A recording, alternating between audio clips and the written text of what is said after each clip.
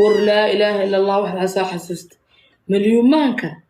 oo ayadoo single ah nin shukaansan karin aa dhehaysiin yaa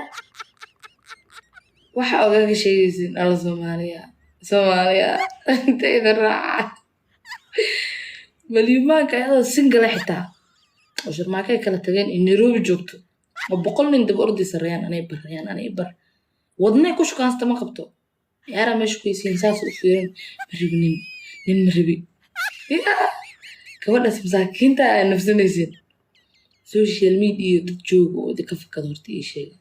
wiilka yarka ee gabadhan is jecel xamar gabadhan oo maxaa la faatuush iyo tamiim wife public ma u bixiseen maxaa idinka qaldan wax maalin walba dhehaysiin gabadha waa saan waa ilowa aniga gabadhaas life oo arkay ninkeeda aad u jeceshaa waan ixtiraamta respectaysiisa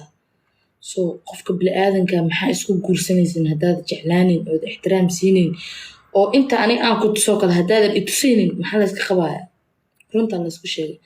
yani waxaa ka dhigayseen gabadhu inay wax doonto iska samayso asaga bas u jecel yahay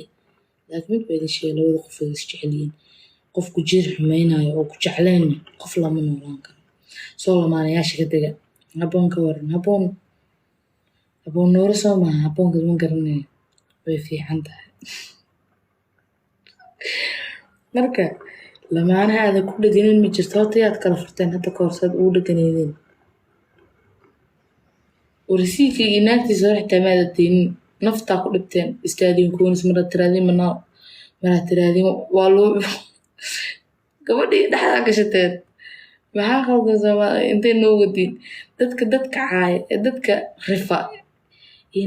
nimanka markay istagaalaan naagaha soo caaya ma aaminsanidin miya yani in adduunyadan laga tagay ma aaminsanidin qofka hadaad hadal xun ku tiro dhibsanayo tomorrow waa ka shalayn doontaa waa qofka markuu dhintay caafimaad ma dhigi kartid adina noolaanaysa mugud asna inuu noolaanayo ma ogid taas hadda aan idin sheegaya so gabadhan kale maxaa la ayaaniita ay dhahaan oo Mrs. Go and Back u bixiseen ilmo adeerayaalo maxaa garabtid gabadhaas aan waxa u fahmay iyada ninkeeda markay isku dhacaan inay tahay dadkan waxba qarsan karin yani dareenkooda ka hadla ee qalbiga furan ee life-ka markay soo gasho ku nafista haddana haduu cafis la weydiista ee la dhaha macaan adaa iyo cad adaa iyo madow adaa ku jecelahay naa kala ma rabo ninka haduu isku kaa qorqoro naf ku siisto gabdhaha way qalbi jilcan yihiin soo caadi intay iska dhigto isleedahay wixii dhaawaa dhacaane ka bax waxaas ma fahanti soo marka qofka bini'aadanka ka soo qabanin inuu yahay dhaladan darbigan maxaa lahaay